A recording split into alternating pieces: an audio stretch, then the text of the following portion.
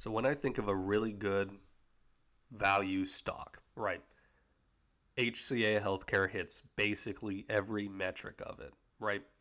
So we see low PE ratio, 5-year growth, better than the S&P 500, right? You pay basically a negligible dividend, right? But it's still something, and you still certainly outperform the S&P 500 over that time frame.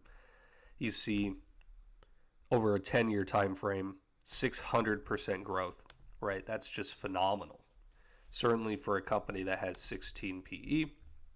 The only thing you don't like as much is the flat forward PE, but that's just because they beat basically every earnings significantly, right? Everything except for the last quarter. So the projections are only marginally above. But if you expect them to beat again, that's not a huge issue, is it? Then this is probably lower. But if not, it's just still a good value company. You have the leadership has proven they're able to derive results, right? Clearly over the last 10 years, they've done phenomenally, certainly for a company that's not all tech, right? It's not like NVIDIA making the chips or, whatever you may think of, Microsoft or something. So this is it's a good value stock, but two, it's also great diversification. Maybe you love healthcare stocks. Maybe you love the that specific field. Probably a good number of you watching are, but probably a larger number don't, right? My portfolio is primarily tech. I understand tech. That's what I got my degree in. So I understand that better. And generally, tech is outperformed. I would be very surprised if many of you watching had almost no tech, right? It's a large portion of your portfolio. This is a stock that provides diversification outside of that, right?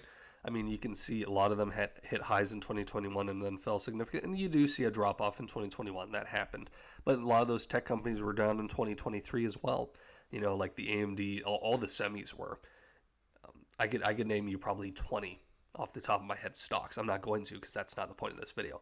But this will be a stock that, you do diversification for a number of reasons. One, maybe a specific sector is being overvalued, like with rates dropping, REITs are up and utilities are up, and I was able to move some money out of those and into tech, which was just down at the time, within the last couple months, right? So that's one reason. Also, of course, you don't want to invest money that you need within a certain time frame. Generally, they say 5 years, right?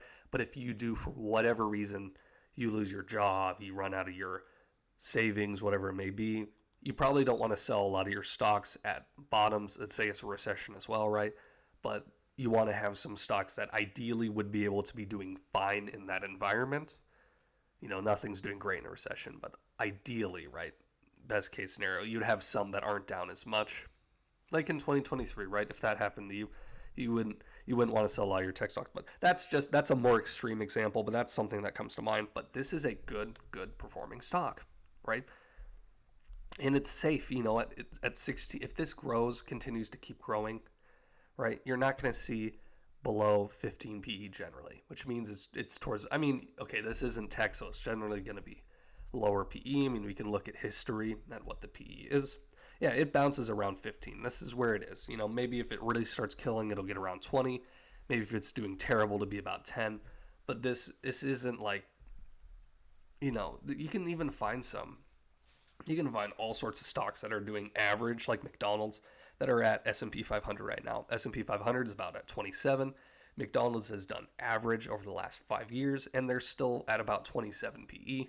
Maybe that's a little bit different. They had the E. coli thing. They fell a bit, whatever. They just had earnings as well.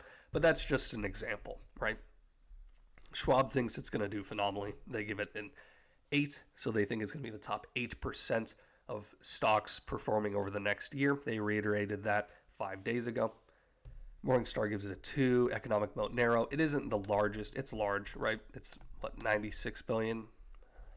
93.5 billion market cap. So this is a large company. It's one of the largest in the United States, but it's not just like 500 billion, it's not that. So I would agree with that. I think we mentioned the healthcare they sell. Specifically, they own a own and operate hospitals, right? So what all that encompasses. So their dividend is increasing, but it's primarily not super substantial. Decent ESG score, right? Yeah, I think I've said all I wanted to. We can look a little bit at analysts. This is a definitional value stock that you want to own. One that is performed well, is significantly below S&P 500, and is good diversification as well. So if you like this sort of stock, this is it. Most analysts are saying buy. I generally disregard analysts for the most part. I think they're fine, but it is what it is. So that's all I got today. I've said what I wanted to. If you enjoyed this video, I do all sorts of stocks on this channel. I'd appreciate it if you leave a like if you enjoyed it, and if you want to watch more, subscribe and stick around. So I'll catch all you guys next time. Thanks for watching.